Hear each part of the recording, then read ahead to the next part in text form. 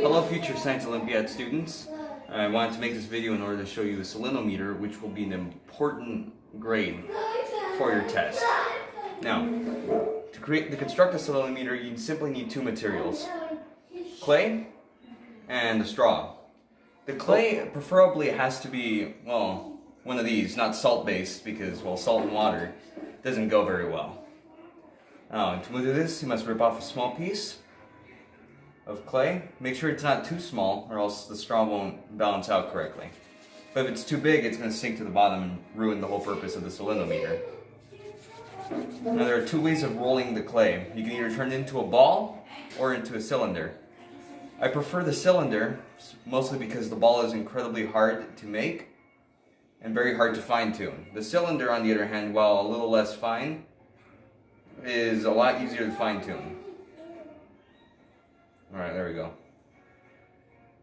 Now, once you've made it, you want to make sure that when you put it in, it's not leaning to the side, or that would ruin the whole point of your Salinometer.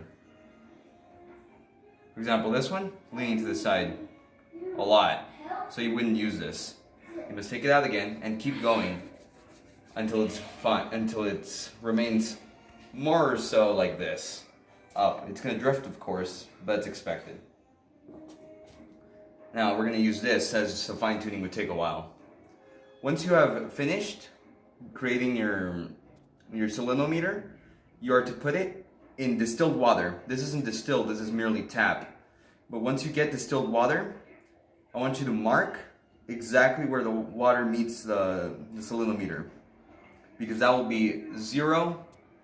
That will be the zero for the salt. And after you've done that, I want you to test. Add 10% salt in here and turn this into a 10% salt solution. Once you've done that, mark it, and then keep doing it until you've marked up to the 10th degree. That's it.